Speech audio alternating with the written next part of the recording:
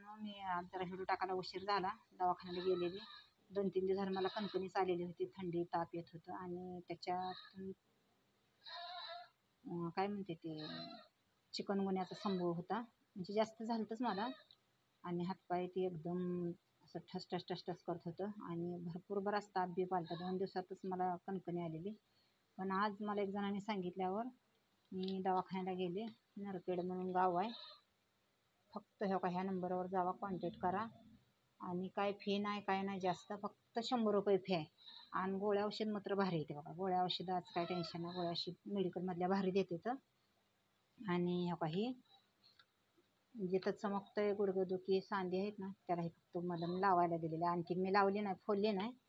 आणि काही गोळ्या आहेत, ओकेच आहे. अजून काही ही गोळ्या मी नाही खाल्ली. आत्ता मग आली, एक अर्धा पाऊण तास झालं येऊन आंघोळ वगैरे केली. मग आता गोळ्या पण आहेत भरपूर.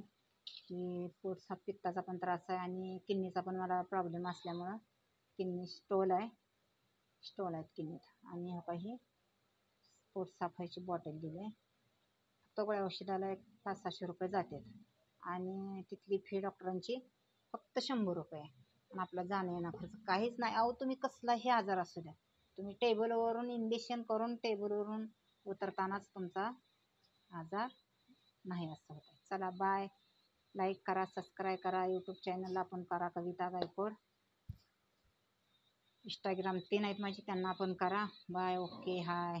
चला आता परत टाकते आता व्हिडिओ.